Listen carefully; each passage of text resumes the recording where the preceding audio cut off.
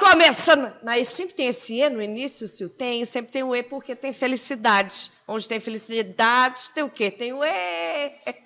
Começando mais um sucesso a tiracolo. A Tati adora. Como vocês sabem, todas as segundas e sextas tem sucesso a tiracolo às 19 horas. Então, se você não é inscrito no canal, já se inscreve agora, aciona o sininho, compartilhe essa live, que é muito importante que cheguem mais e mais pessoas. Então, eu conto com você, tá bom, gente? E esse lugar... Que lugar é esse que eu tô? Que lugar é esse? Aqui é o Old School.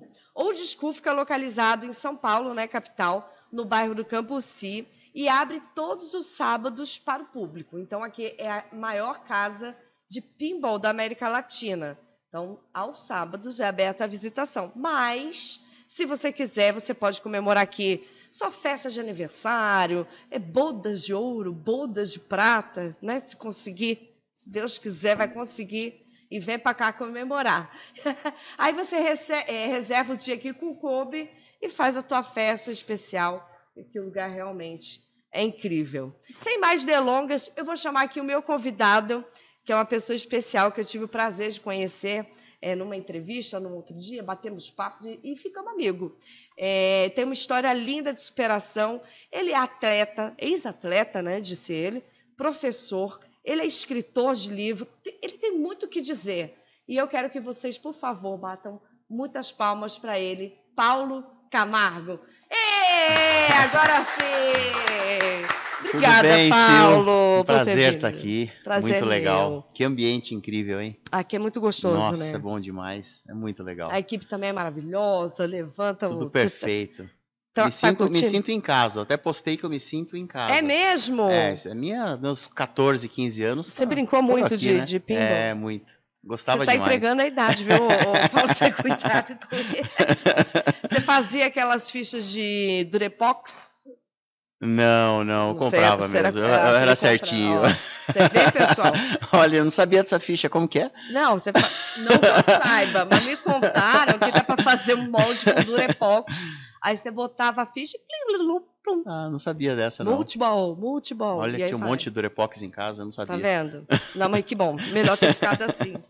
Ô, Paulo, eu amo a sua história. Eu acho que a sua história ajudou e vai ajudar ainda muito mais pessoas que passaram por coisas parecidas, às vezes muito menores, e ficam, às vezes, angustiadas, presas naquele momento da vida que você conseguiu tirar proveito desse fracasso. É verdade. Eu vou tentar pincelar aqui em 45 minutos essa história incrível, mas você vai saber mais também adquirindo o livro, que já está às vendas. Já está quase. Já está quase. Mais uma semaninha já deve estar tudo liberado para vender. Se já tiver o link, já manda aqui que a gente deixa aqui embaixo. Já deixa o link de vendas. Já está mais uma semana.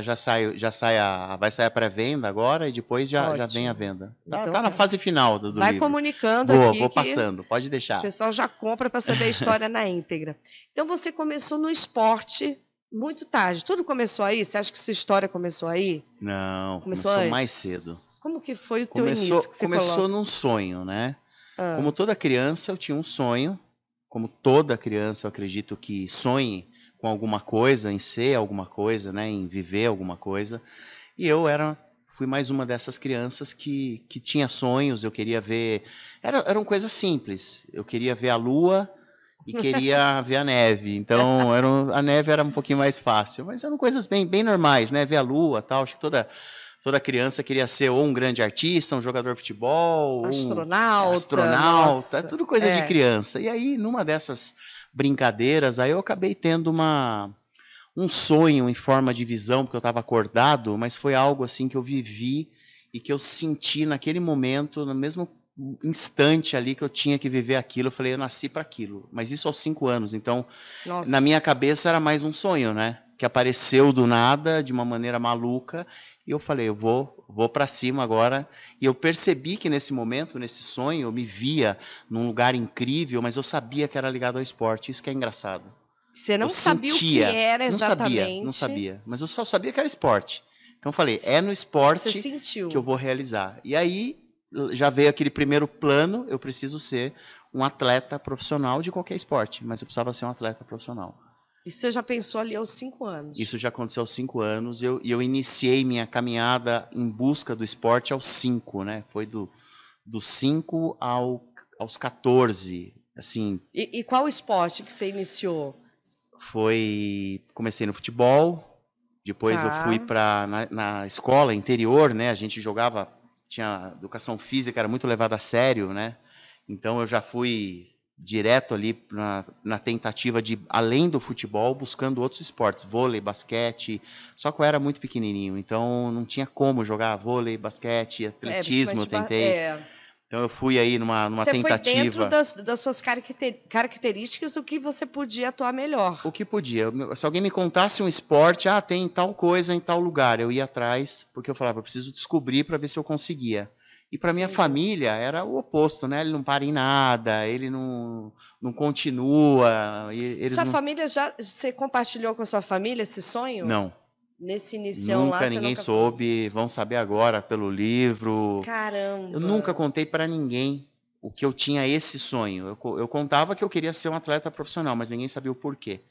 Então era meio estranho uma criança que não era considerada talentosa querer ir para o mundo do esporte.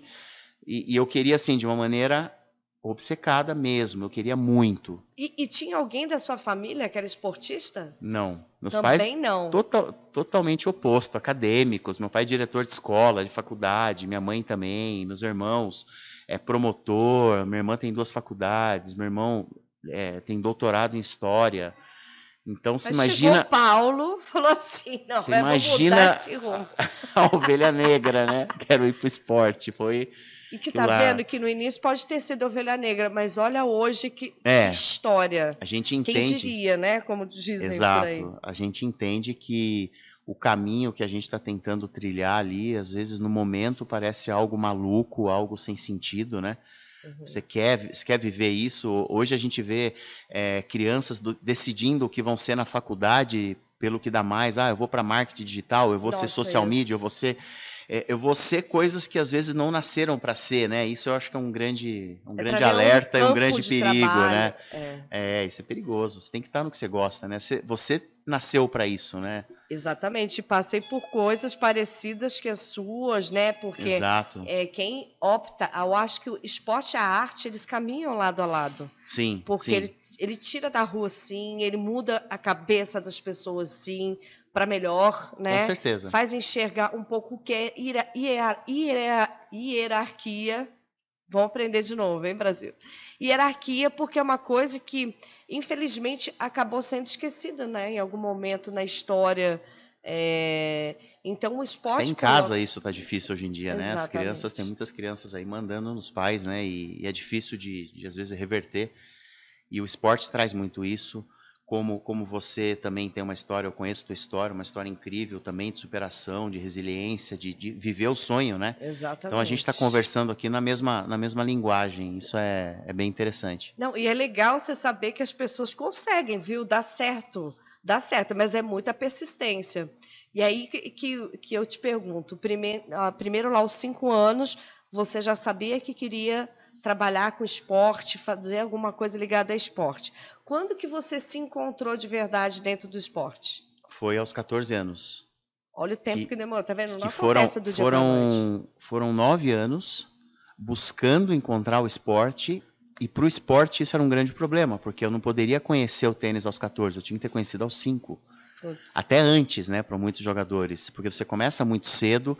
O tênis é um esporte que você depende só de você, é considerado um dos esportes mais difíceis para você se tornar profissional. Então eu fui pelo caminho realmente mais difícil, mas por outro lado, era o único esporte que dependia só de mim, que eu conhecia, que eu tinha capacidade de fazer, porque o tênis você treina e você melhora. Então você Então você também tinha é essa o consciência de talento, a ser falta do individual. talento atrapalha, mas eu tinha essa consciência de que era individual. Então eu falei assim, eu vou treinar mais que os outros e eu vou fazer esse tempo voltar. Então eu tinha aos 14 anos uma ideia que eu precisava fazer o tempo voltar.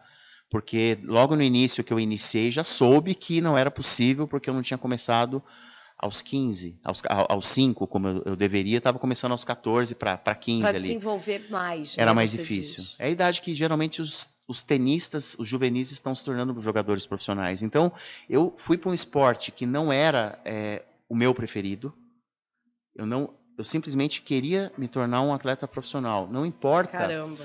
Não importa se eu gostava ou não do esporte. Eu precisava ser um atleta profissional. Então eu tinha um foco que era muito, muito certo desde muito cedo, que era me tornar um atleta profissional para eu poder viver aquele sonho que eu tinha visto, que era eu entrando, ou sendo aplaudido por 5, 10 mil pessoas. Então eu precisava estar no esporte para entrar naquele campo, naquela quadra, no que fosse. E no tênis eu vi que poderia acontecer de alguma forma. Então eu senti paz naquele momento que eu conheci o tênis, porque quando você faz o que você gosta, você pode falar com propriedade. Você sente paz, não sente? Sente. Quando você está trabalhando, você sente paz em estar fazendo aquilo que você gosta. Você não está olhando para o relógio para ver se está acabando. Isso que eu ia falar, independente de quantas horas você trabalha consecutivas, a gente se encontrou várias vezes essa semana, você sai de um trabalho, vai para outro, você mal dormiu, tá com um sorriso estampado no rosto. Porque quando você está lá, você tá em paz, você está vivendo o que você quer. Você fica 10 horas, você comentou, em gravações, você fica lá 10 horas seguidas. Eu tenho um amigo Fausto, que eu vou chamar para ele vir aqui. O Fausto falou, outro dia ele ficou 12 horas gravando, o Fausto Carvalho, que é um cara também aqui, hein, Fausto que está em ascensão. E ele está acompanhando o meu conteúdo, ele vai ver essa live, ele vai vir, legal. Com certeza. Vou adorar. E ele falou, são 12 horas, ninguém vê a trajetória. Ele também tem uma história muito parecida, são 20 anos trabalhando para ele hoje conseguir ter resultado. Então ele falou, passei 20 anos fazendo de tudo, aceitando, engolindo, para hoje estar desfrutando de um pouquinho. É verdade. Então, eu hoje estou começando a ter uma vida que eu estou aí com livro, que eu estou com filme, que eu estou com um monte de projeto, mas hoje eu estou começando, ainda estou gatinhando. E começou muito lá atrás. Entender sua história. Agora, eu te peço só licença um minutinho, falando em pessoas que fazem o que ama. Fábio, entra aqui. Esse é o Fábio, nosso chefe de cozinha aqui do Old School. Além de você vir aqui participar desse lugar maravilhoso. Não, é incrível. Você também desfruta dessa cozinha, né, Fábio? Cozinha maravilhosa do Fábio, chefe Fábio. Hoje ele trouxe batatas rústicas, também tem croquete, também tem pizza, hot dog, o melhor hot dog da cidade. É maravilhoso. Eu ouvi falar desse hot dog aí. Não, é incrível. Nós vamos comer aqui no intervalo. Vamos. E aproveitando em trabalhar com felicidade, já pega o seu celular, pode comer, viu, Paulo? Fica à vontade. Fique à vontade também, você que está assistindo, e pegar seu celular agora, aponta o QR Code para a tela e venha conhecer a Magacil Esteves. Magacil Esteves é minha loja em parceria com a Magazine Luiza. Então, você clica agora aqui, clicou, vai ter descontos especiais, exclusivos para o meu link. Então, vale a pena clicar agora. Quer trocar o seu celular? Geladeira, fogão, tem tanta coisa nesse link, menina. Vem para cá e clica. Ai, gente, essa Esteves, hein, Paulo? Batata é maravilhosa. Curtiu? Nossa, é muito boa. Não, você não está entendendo. Aqui, você tem que vir de dieta. Uma semana antes você faz dieta e depois você vem. Porque aqui... É bom demais. Não tá de comer o cardápio todo. Ô, Paulo, e aí você, 14 anos, se decidiu pelo tênis. Pelo tênis. Por ser individual, por você ter mais possibilidades na sua visão de crescimento. Pensando em estratégia, eu percebi que o tênis era a melhor estratégia, porque dependia de mim, tem a categoria de simples e de duplas, então eu poderia me especializar, de repente, em duplas, que era a categoria que eu mais gostava. Então eu arrumava um parceiro bom, eu poderia criar mais estratégias, e a dupla é um jogo muito estratégico. Então eu vi no tênis a possibilidade de realizar o meu sonho, de viver tudo aquilo, de me tornar um profissional. E aí eu comecei minha investida e sabia o preço que eu ia pagar. Porque assim que eu pisei numa quadra, eu já comecei a receber bullying. Eu não sei se você recebeu bullying na sua trajetória. Muito, muito. Recebeu? Principalmente por ser mulher, trabalhar no mercado que é quase na totalidade masculino, né? Que é o humor. Ele é carregado de bullying. Eu não sabia. Nossa, muito. Mulher não sabe fazer humor. Essas frases eu ouvi ao longo da carreira. Isso é duro, né? Porque demais, mas motiva também, né? Motiva você a querer. Você agora que eu vou casca, conseguir, né? Paulo? Agora eu vou conseguir só porque falaram que eu não vou. Aí também mexe o teu lado competitivo, né? Que todo mundo tem, mas Todo mundo alguns tem. abandonam e às vezes nos momentos de queda a gente traz ele de volta, né? E isso aí é uma maneira. Você recebe bullying, você começam a te zoar porque você não vai conseguir algo que você sabe lá no fundo que você quer, que você vai, que é teu sonho, né? Isso tem uma força muito E grande. aí, não sei se aconteceu contigo também. E aí, no primeiro tropeção, no primeiro escorregão, que aí você vem na tua mente as pessoas todas, né, que falaram, você não vai conseguir, você não vai dar certo. Aí vem na tua cabeça, né? Será Vem. que elas tinham razão? Isso aconteceu com você? Em alguns momentos eu cheguei a questionar as pessoas, mas eu consegui criar uma blindagem muito boa, que foi eu vivia no meu mundo. As pessoas falavam que eu vivia no mundo da lua, que eu era um sonhador, e aí eu acabei usando esse mundo que eu criei, onde tudo dava certo, onde eu ia conseguir, e eu me via o tempo inteiro, eu visualizava eu conseguindo. O Caramba. tempo inteiro. Eu treinava. Do primeiro dia que eu entrei, eu já comecei a me ver como profissional, eu já comecei a me ver realizando minha visão, meu sonho, eu me tornando profissional, e tudo isso eu fiz imaginando, o tempo inteiro. Então essa imaginação, ela blinda bastante a gente. Alguém te ensinou isso? Você tinha apoio da família? O que você acha que se deu nesse momento na tua cabeça? Eu acho que isso aconteceu por segurança mesmo, por precaução. Porque eu sabia o quanto ia ser difícil. Você sabia o quanto ia ser difícil. Sim. E isso para você está muito em cima do muro ali, você está por um fio para conseguir, para desistir. Só que para conseguir, você vai se manter em cima do muro, ali pronto para cair de um lado ou de outro, por muito tempo. E para desistir, é só uma decisão, você já desiste. Então desistir é muito mais fácil. Porque foram muitos anos para eu investir assim o meu sonho, para eu acreditar. E para desistir era o tempo inteiro. Você estava ali por um fio. Porque as coisas não dão certo, só vai dar certo lá na frente.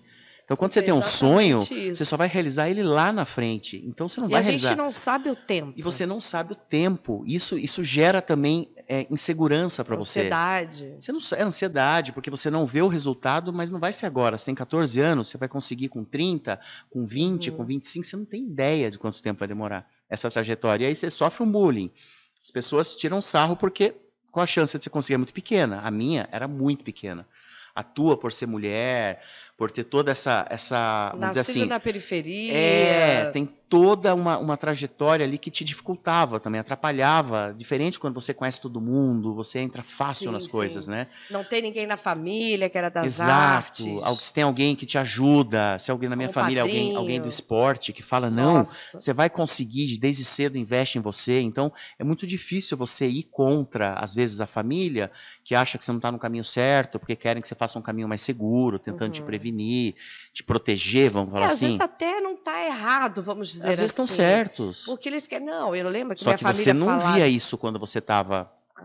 Você via como falta de apoio, né? Mas é o que você vivia. Carteira assinada, tem que estar com a carteira assinada. Você comentou que a tua família queria outro caminho, né? Exatamente, também. Exatamente.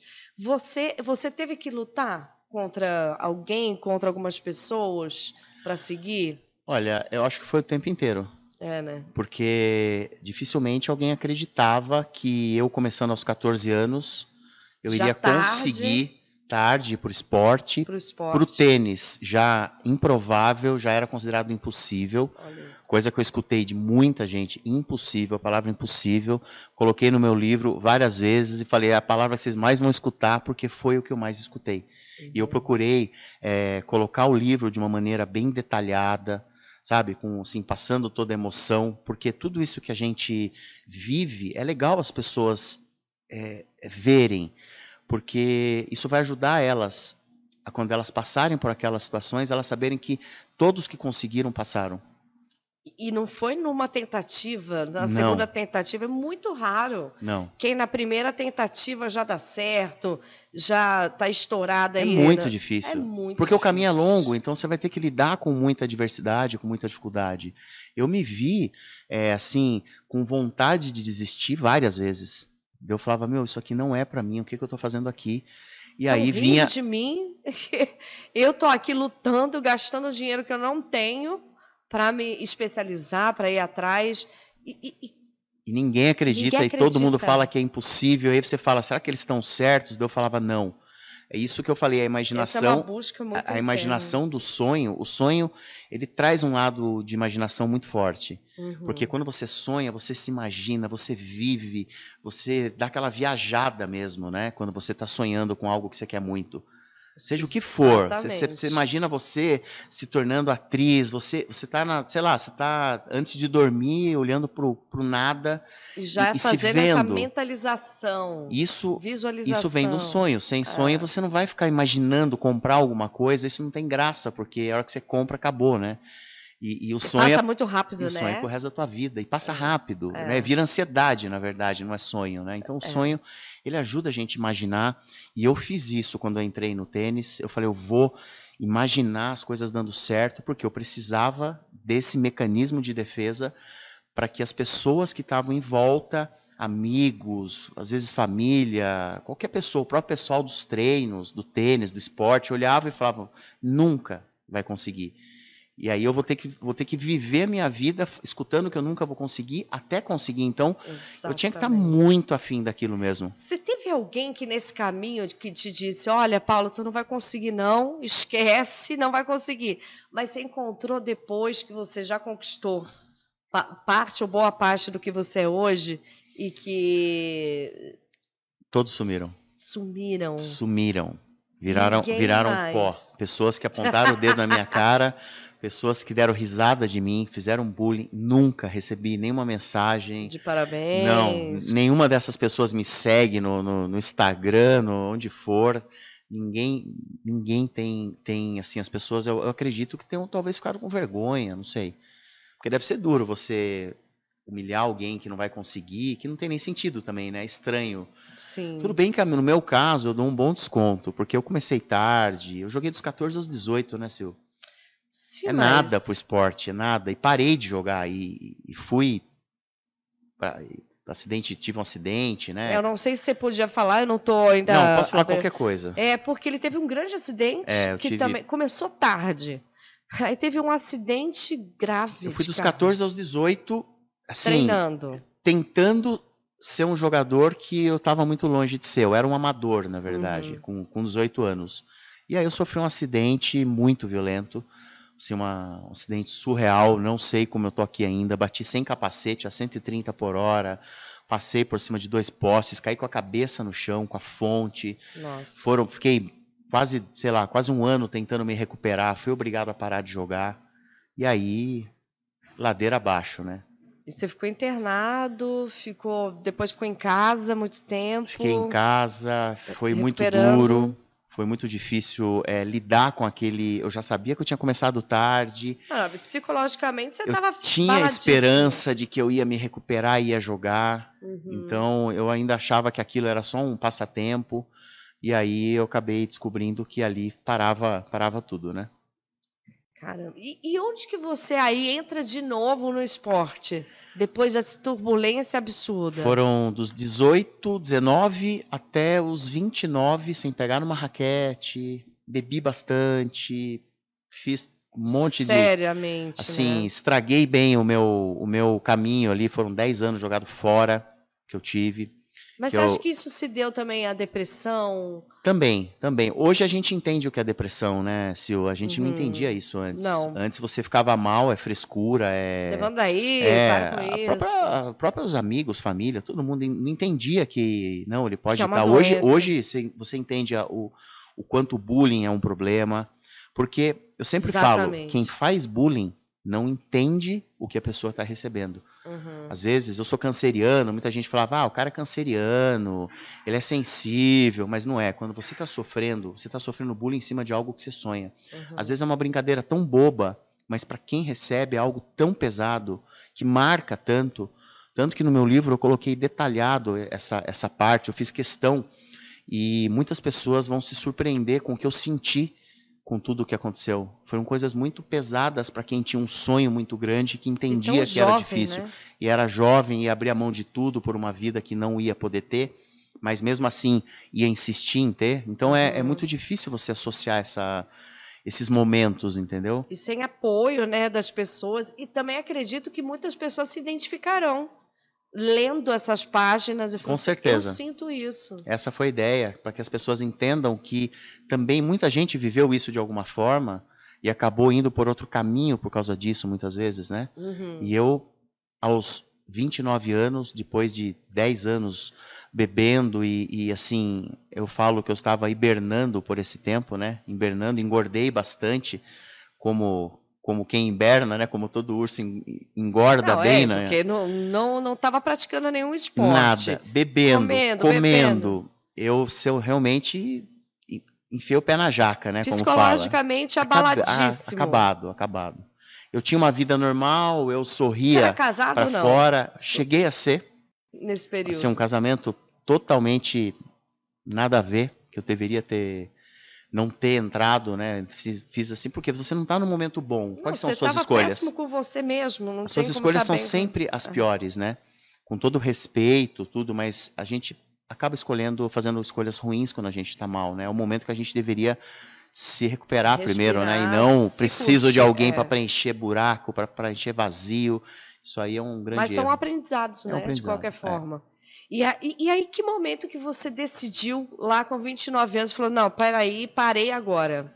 Vou voltar para os meus objetivos iniciais. Eu me vi, Sil, aos 29, com a minha vida destruindo ela. Eu consegui enxergar... Se ver de fora.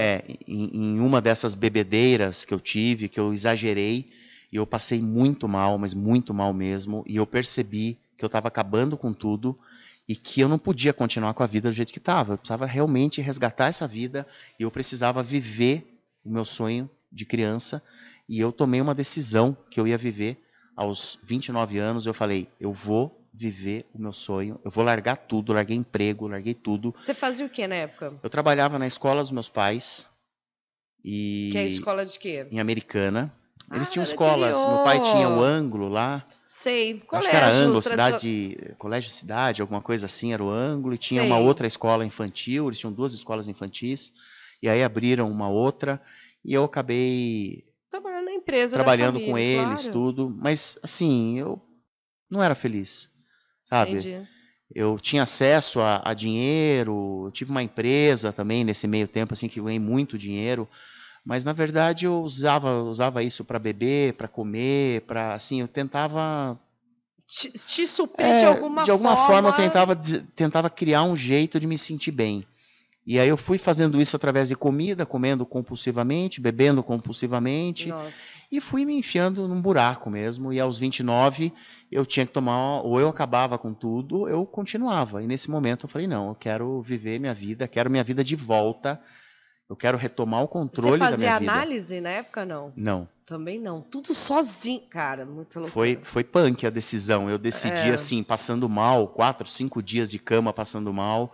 Eu decidi que, sabe, que eu queria viver o meu sonho de criança. Voltar atrás. Eu fui para um extremo. Eu falei assim, eu consegui entender que eu estava infeliz todo aquele tempo e precisava da minha vida de volta. E o meu único jeito de viver minha vida era ir contra aquilo que me frustrou. Então eu fui para o caminho mais difícil, que era viver meu sonho. E ali, aos 30 anos, imagina uma pessoa chegar aos 30 anos e falar, eu quero ser um tenista profissional, no esporte mais difícil que tem. Porque se o cara é bom no futebol, no futebol, você é bom, você dá um jeito lá, né? Você é craque, você se vira. Em outro esporte pode ser que dê certo, mas no tênis é um esporte muito técnico, muito difícil. Eu não podia ter ficado 10 anos sem jogar. Então, naquele momento, eu fui por um caminho assim que aí foi considerado impossível, e aí eu sofri os maiores bullying da minha vida. Eu achava que eu tinha sofrido, mas aí foi pior, porque eu estava 40 quilos acima do peso. Nossa.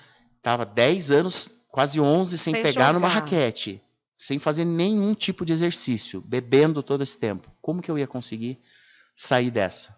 Pois é, mas aí que está o poder da mente, né? Você estava tão seguro disso que aconteceu. O meu sonho era bem forte. Eu tinha, assim, ele na minha cabeça o tempo inteiro. Por isso que eu sofri 10 anos, porque eu via o meu sonho o tempo inteiro. Eu não conseguia esquecer ele. E mesmo depois de você tendo decidido, não, vou voltar aqui a minha linha de raciocínio inicial, vou trabalhar para ser um melhor tenista, ou ser um tenista incrível dentro das minhas possibilidades.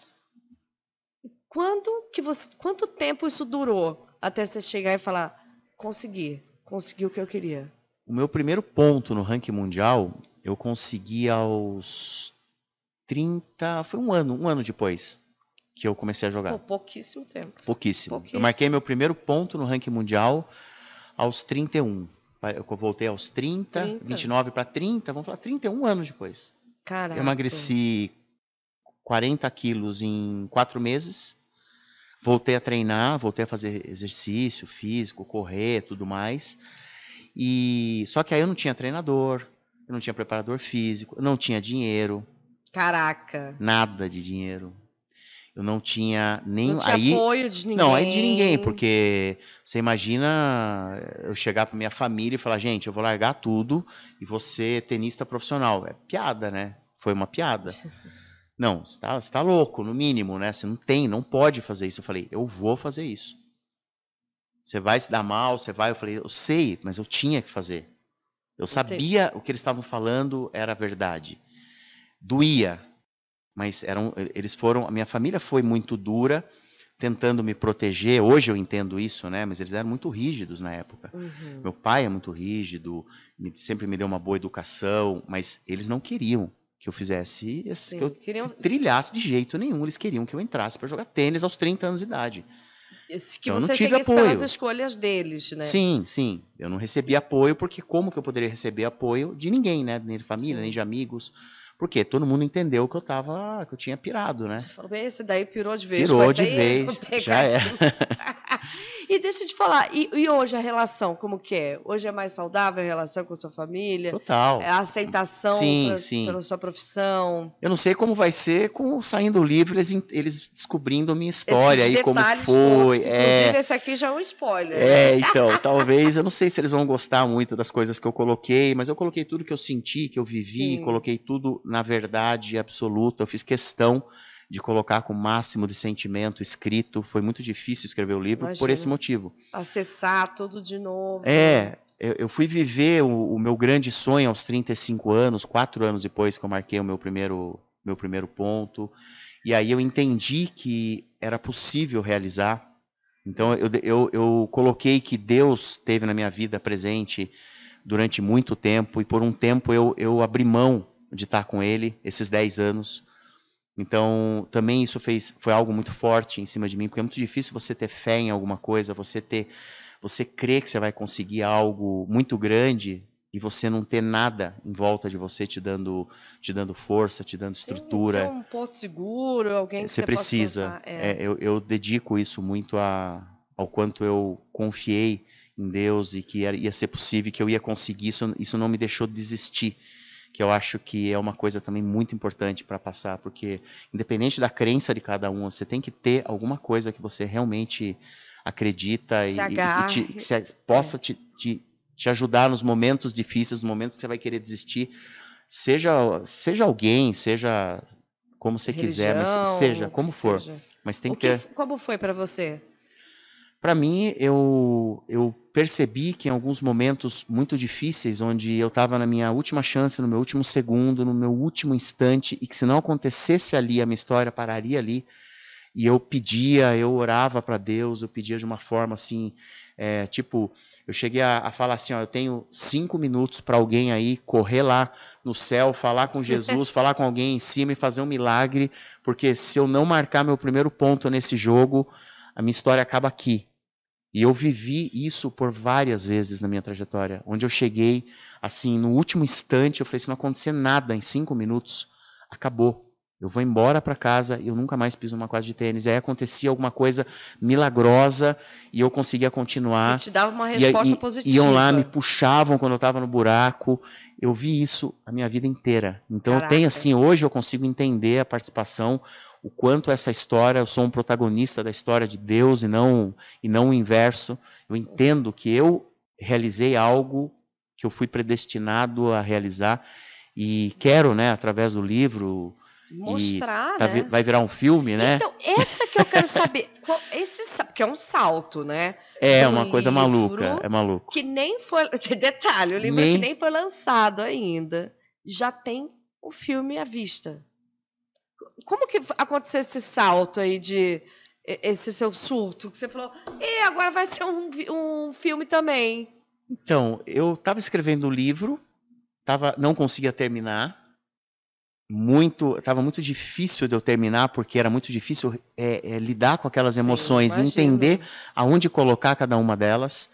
Então é muito difícil você escrever a tua história, seja qual for. Se alguém quiser fazer a experiência de tentar escrever, é uma história, você vai ver que a tua história, seja qual for, é muito difícil você olhar para trás e lembrar de todas elas. Tem coisas que você quer esquecer e tem coisas que você tem que pôr, você não pode esconder quando você está falando de você. Então foi muito difícil, eu passei são quase 4 anos escrevendo o livro. E aí, na pandemia... Nossa, 4 anos escrevendo. Porque era difícil pôr para fora tudo aquilo e eu não entendia que a minha história não era sobre tênis. Eu nunca fui um tenista profissional, visto como profissional pelos outros tenistas. Tipo, o Paulo jogava muito, fui 700 do mundo, onde eu me infiltrei no tênis mundial, joguei com os maiores tenistas do mundo, mas eu não tinha o nível deles. Eu usei muita estratégia, eu usei muita insistência, eu fui muito persistente também, mas eu insistia muito para conseguir jogar os torneios. Eu joguei os maiores torneios do país, sendo que eu não tinha nível, onde nenhum jogador, assim, a grande maioria não jogava, nem tentava. Eu ia lá e conseguia. Foi lá e jogava. Eu fui lá e jogava, eu me preparava, eu treinava, eu criei muita estratégia para jogar um tênis. Eu terminei a minha carreira jogando um tênis de um nível bom, mas eu comecei como amador nela. Então, eu marquei meu primeiro ponto no profissional sendo amador. Caramba. Então, foi uma grande loucura que eu fiz de entrar primeiro... Desde o início, né? Foi loucura desde o início. Foi só loucura. Então, eu entrei primeiro para depois eu me tornar um profissional. Então, isso no tênis é quase impossível, né? Não é impossível porque eu fiz, mas eu acho que talvez não tenha mais nenhuma história parecida de um cara que entra como um amador para jogar um torneio profissional e vira 700 do mundo. Eu consegui isso. E você, os seus colegas tenistas nunca vieram falar com você sobre esse fenômeno? Assim, Paulo, peraí, vamos conversar, cara. Você não é tão bom assim, cara. Como que você está aqui no 700? Eu era considerado um maluco pela grande maioria. Os treinadores vinham até mim assim para falar que eu nunca ia conseguir ir além, que para mim aquilo que eu já tinha conquistado, eu tinha 1 ponto no ranking mundial. Eles falavam assim: "Não, tá bom. 1 ponto tá bom. Fica com 1 ponto. Você já é profissional, fica feliz, para de tentar jogar torneio maior", e eu tentando. Até uma hora que eu comecei a jogar torneio gigante, esses caras iam me aposentar. O Tadeu, que é um coach, é um cara amigo, que estava no lançamento do filme, né? Ele veio falar comigo algumas vezes. O pessoal, como ele é um coach de alta performance, o pessoal elegeu ele como o cara que tinha que vir até mim para falar que eu não podia ir mais para frente, que eu tinha que parar com aquilo, que era uma loucura. Eu ia acabar machucando jogando com jogadores de nível tão alto. Eu joguei com vários jogadores entre os 10 do mundo. Caramba. Eu fui na categoria de dupla, joguei com jogadores que foram 7 do mundo, número 1 do mundo, Marcelo Melo, alguns de simples, 30 do mundo, 15 do mundo. Então, eu fui bem além de onde eu deveria. Ousadíssimo, vamos dizer assim. E aí foi muito difícil colocar todos esses detalhes no livro e viver e entender que não era sobre tênis a história, que era uma história sobre estratégia, sobre persistência, sobre muita insistência. Eu fui muito chato para conseguir o que eu queria. Eu ligava para o cara 100 vezes e ele acabava dando o convite para eu jogar o torneio na chave principal, para eu conseguir entrar. Só para você parar de ligar para ele. Só para eu parar, porque era o único jeito de eu entrar. Maravilhoso. E eu ligava, apontava o dedo na cara e falava: "Eu vou jogar seu torneio". Ele falava: "Não vai". Eu falava: "Eu vou". Ele falava: "Não vai, o torneio é meu, quem manda sou eu". Eu falava: "Eu vou". E apontava o dedo na cara dele e falava, você vai ver como eu vou. Eu desafiava o cara e o cara acabava cedendo porque ele não aguentava. Eu te arrumo patrocinador, eu faço o que precisar, eu vou para cima, eu vou. E ligava 100 vezes pro cara por dia, até uma hora o cara falava, meu, pelo amor eu de te Deus, dou. libera esse Tinha menino. 3 convites para jogar a chave principal. Um é de um jogador que está machucado, caso tenha algum, senão eles não dão para ninguém. Outro, alguma revelação do país, de origem do torneio, né? E o outro é só se for algum caso muito excepcional que eles podem dar. Mas assim, tem que ser uma exceção, sabe? Tem que ser alguma coisa, não, esse cara merece, tem que ser alguma coisa muito assim. E aí eu você não entrou tinha, nessa. não tinha nenhuma chance de conseguir isso. E eu conseguia sempre esses convites que ninguém conseguia, porque os torneios eram muito grandes. Eu tinha um ponto no ranking mundial, era 1.800. Os caras que estavam lá tinham 600, 800 pontos. Caraca. Eles eram 30 do mundo, 50 do mundo. Então como que eu ia jogar um torneio desse? Então a história foi maluca, mas eu entrava e o que eu fazia? Estando lá dentro, eu falava, eu vou subir meu nível agora. E começava a treinar, ficava de sparring de todo mundo, chamava todo mundo para treinar, porque eu não tinha treinador, não tinha ninguém me orientando. Então eu ia lá, ficava vendo eles treinando, vendo como eles faziam. Nossa, que importante, né? Você imagina isso, um amador fazendo isso, estando num torneio gigante. Durante a semana. Primeiro o preconceito, né? Dos outros. Por isso que eu sofri tanto. Absurdamente. Mas nesse momento que eu comecei a jogar torneios maiores, eu percebi que todo mundo começou a falar, opa, que esse cara, como que ele tá jogando esses torneios? Será que ele não é bom mesmo? Talvez seja. Começaram a desconfiar que talvez eu fosse bom.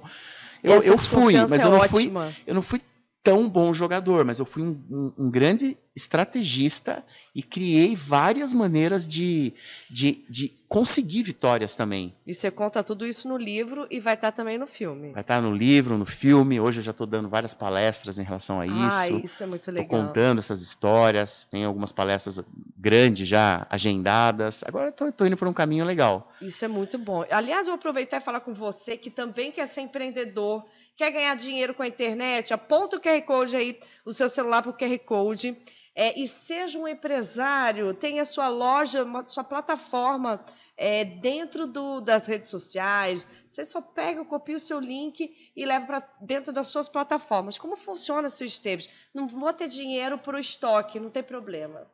Tá? Porque a Montinho, que ela separa esse dinheiro. Não precisa não, menino, para de ser bobo. Então, esse dinheiro você não precisa ter. Montinho que trabalha com todo o estoque deles, você só paga a porcentagem lá que você combinar no dia que você receber o teu caixa. Eu achei isso demais. Então, eu já tenho a minha lojinha lá, que é a Sil Store, que também tem aqui o QR Code. Vai lá conhecer e seja um empresário você também. Vem! Ju, pode entrar. Estou vendo que a Ju está aí maravilhosa. Aproveitar esse momentinho aqui, entregar para o nosso convidado. Obrigado. Nosso presente, que é da Caricaturando, que é meu parceiro, já o 2º ano aqui. Obrigada, Júlia. Você tá brincando? Tô falando sério, cara. A minha foto? É sua foto, cara. Com todo Gente, carinho para você. Caricatura. Que incrível. Obrigado. É um prazer ter você aqui no 2º ano de programa. E aqui, minha querida Carol Flores, também esse é um presente para você. Em gratidão aqui você ter aceito o nosso convite. Muito obrigado. Foi lindo. Muito legal. Que arranjo. E antes de eu deixar o microfone para você, para dar todos os recados, quero fazer a pergunta final que eu faço para todos os meus convidados, que é Sucesso a Tiracolo, que é o nome do programa. Né? Tiracolo é aquela bolsinha que você carrega aqui, pertinho de você. Então, Paulo, qual o seu segredo de sucesso? Qual o sucesso a tiracolo que você carrega bem pertinho de você, que você fala, Sil, essa foi minha chave de sucesso? Eu tenho como um ponto que eu acho que é o principal de todos, foi o sonho.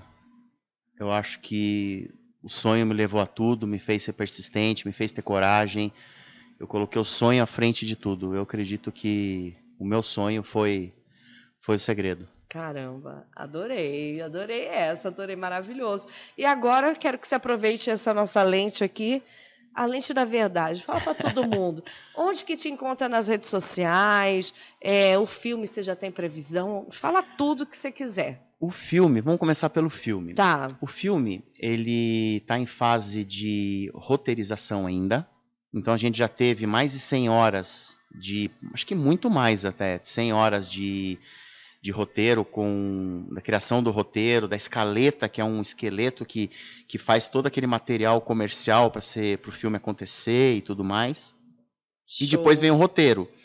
Então a gente já está há mais de 100 horas aí trabalhando com o Arnaldo da Fábrica Filmes, que é o roteirista aí do Vai Que Cola, um cara super premiado. Então estou muito feliz de estar com ele. É um cara incrível, o Vitor, que é o meu roteirista, que eu tive que contratar para a gente começar o projeto. Então foi muito trabalho. E acredito que dentro de um mês a gente esteja com esse material pronto. E aí a gente começa a finalizar o roteiro. Ótimo. Finalizou o roteiro, vem o elenco, que vai ser um super elenco, vai ser gente muito grande. Vai ser as pessoas mais, pelo que eu vi, que a Fábrica quer, são os maiores artistas aí do país, em ascensão. Merece para estar nessa história incrível. É, vai ser o principal vai ser um cara bem conhecido, bem legal.